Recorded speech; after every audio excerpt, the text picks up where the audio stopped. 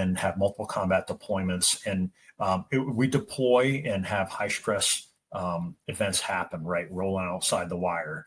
You don't have to get blown up to have the effect of stress. You don't have to see your buddy die next to you for that to happen. So sometimes people are dismissive and they'll say things like, well, I got a little TBI bump on the head, but it's not like I got blown up on an IED, right? So there's always like this, well, somebody had it worse than me. And but the thing that I notice is, and then the same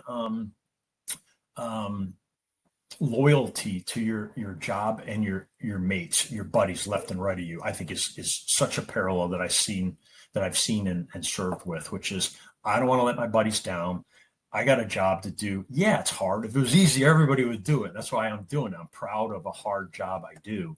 And I don't want to take a knee. I don't want to raise my hand, ask for help, and get shuttled off to, some office somewhere. That's not what I want to do. And that culture is fierce in the special operations culture. And I see it in the fire service as well. The thing that I think is interesting is like you guys roll into the firehouse every day and you just don't know what's going to happen, right? And then at the end of your shift, you're going back home. That part's different, right? So I deployed to Iraq a couple of times, Afghanistan, Syria, been to multiple places in Africa where I was in a dangerous area. And then when it was time to go, I packed up my stuff. I flew back home and I went home to mama and kids. And the threat was gone, right? But that's different from what you guys got the threat every day. Like you walk in there and you don't know what's going to happen. So I actually think it's different, and I don't want to say worse, that's not the right term, but the threat level is way more persistent with you guys, where it's there. It's like it's looming over you. It's not like you're afraid of it. Like you cherish it. You're like, that's my job. This is what I do. But it doesn't change the fact that the threat is sitting there. And in your brain, the amygdala is his whole purpose in life is to respond to threats. And that dude is looking, scanning. That's his job all day long. And when he does that, he's dialing up your sympathetic tone to be ready for the next threat.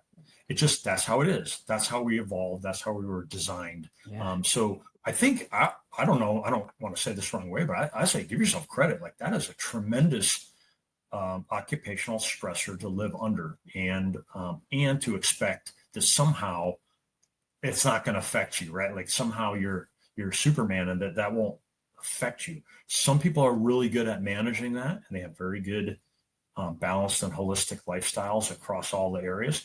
Other people aren't so good, and they find dysfunctional ways to treat it, like we've alluded to already. But it doesn't change the fact that all of you are facing those stressors all the time, and you don't have to get blown up to feel the effects of those.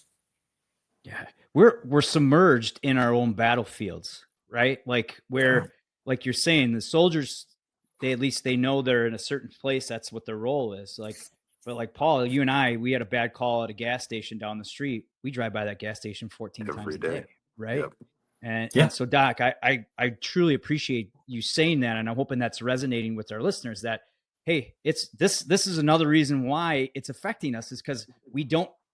When we go home, we're still reminded of this stuff because it's in our communities and it's surrounding us.